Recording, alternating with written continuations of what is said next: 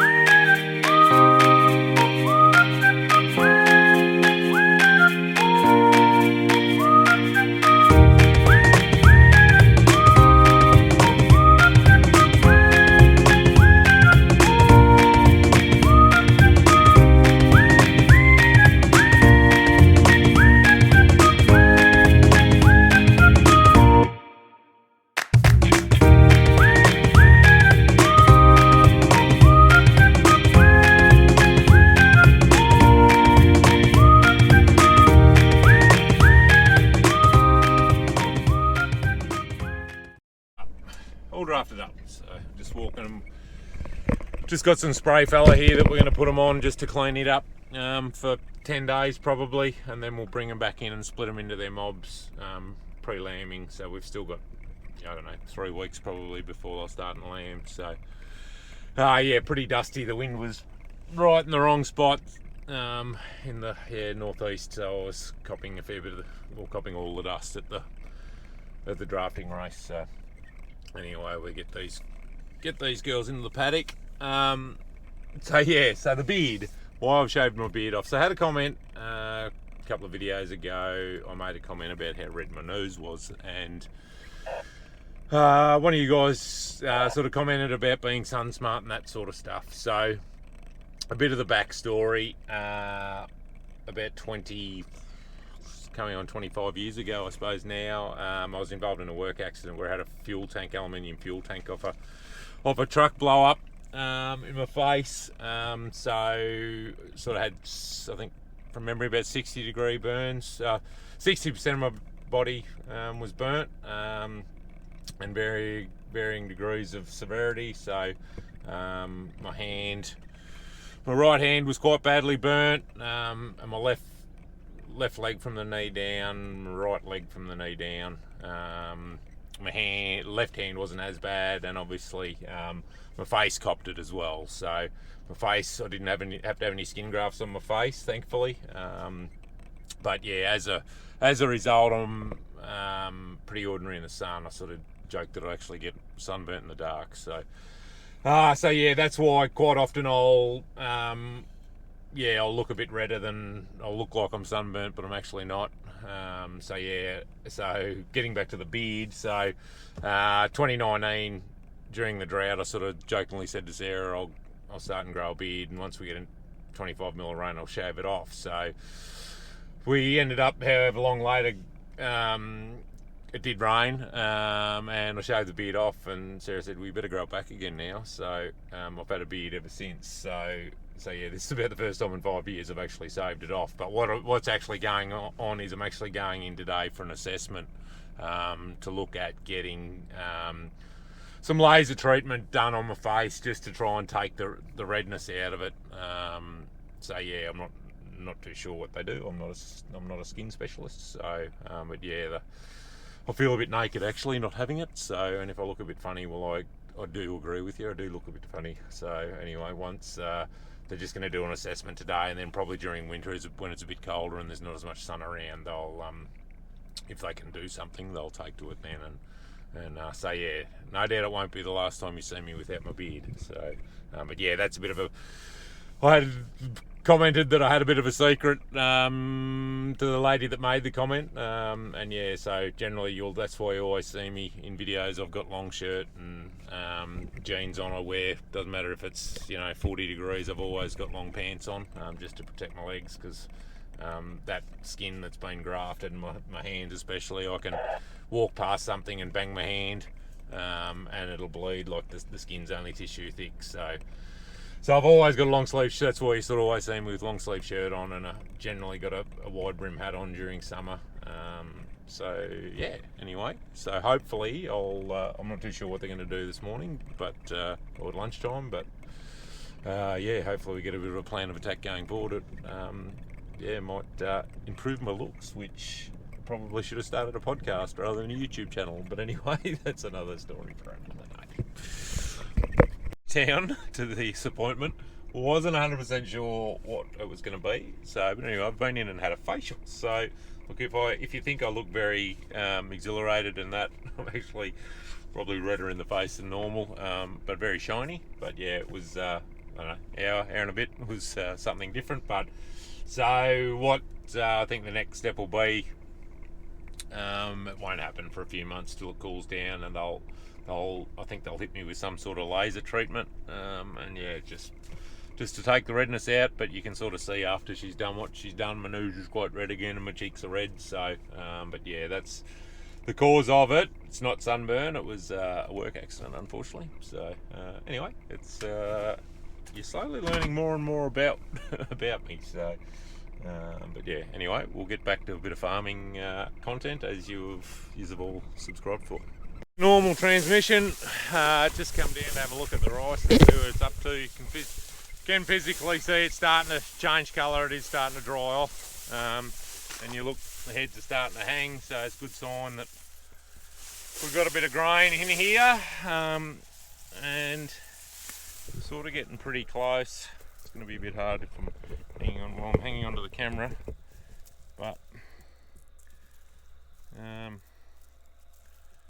can get it in the right spot. So those bottom grains are starting to firm up.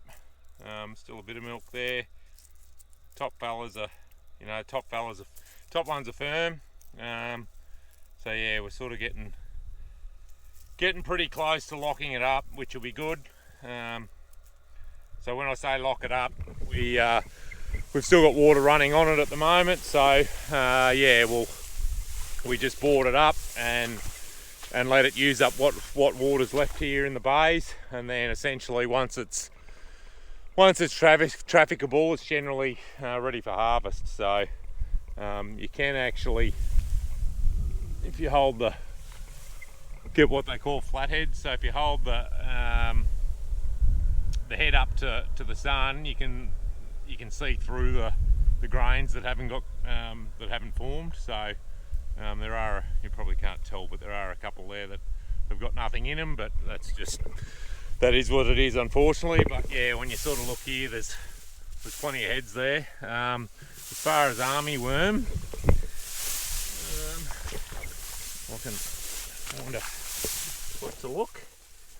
So hopefully we had a good kill with them yesterday, or the day before, sorry, whenever it was, when the plane came. Yeah, so fingers crossed the chemical's done a good job on it. It's got a 4-week harvest withhold on it, so we sort of can't, with being as close to harvest as we are, we can't probably spray it again if we need to anyway, but hopefully what we've done is gonna catch them, and we should be right. Into the jungle, I'll try and give you a bit of a look at what's going on in here. A bit of luck, just bear with me. I've got this fancy clamp on the bottom of the GoPro. Oh, look at that. Righto. So there's one with 2 cobs. We'll get a single cobber.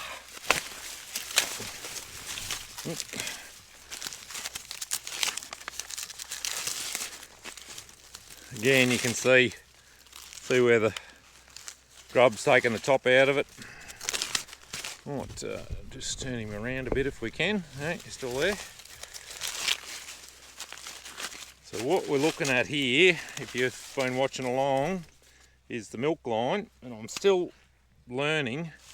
So basically you can see it's this, if you can see that, how it changes colour. It's basically the starch working its way down.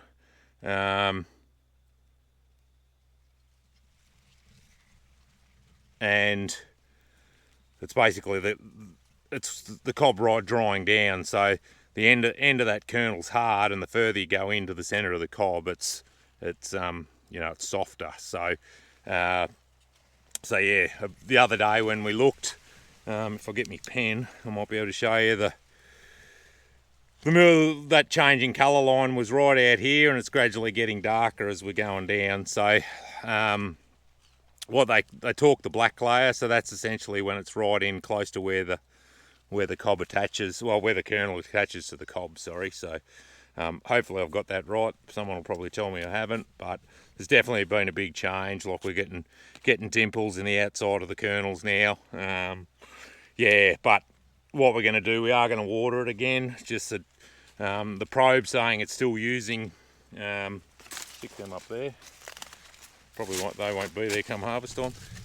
The probe is saying that it's still using, still drawing moisture, so we'll keep going. And I've actually just had the Pioneer rep on the phone. He rang just to see how we're getting on with it, and yeah, he said he's actually just ringing me back now. While we've got black layer, or while we haven't got black layer, he said you've still got yield potential. So yeah, we'll keep tipping the water on it. Probably only one more. It has changed quite a lot in the last week. So yeah, but no, we're getting close to the finish line. We're about done for another one. So yeah, Tony he's rebuilt the pump for the boom spray. It was probably more good luck than good management. There was a crook valve in it, and the diaphragms were about buggered, so it just sort of hadn't been done for a while, or since we've had the sprayer, so bit of a preventative maintenance coming into the season. So we've just got the oil draining out of it. I'll chuck a bit of oil back in the morning, get it bolted back on. Got the tractor back on the sprayer. We've got a couple of paddocks out the other farm to spray. So yeah, we'll try and get them done in the next couple of mornings. I think there's 150 hectares is a pivot paddock back here to do. So I'm going to try and tomorrow get this frame for the front of this header done if I can. So I've got the bit of hollow bar here for the bush. I actually bought a new boring bar because I couldn't get the screw undone for the to replace the carbide tip in the end of it. So yeah, my job tomorrow, once I get Tony set up with the sprayer, is try and get this thing built. So yeah, be a bit of workshop content, which would be nice. Anyway, thanks again. Yeah, keep following on, keep subscribing and liking and all the rest of it. And yeah, we'll see you next time. Ta-da.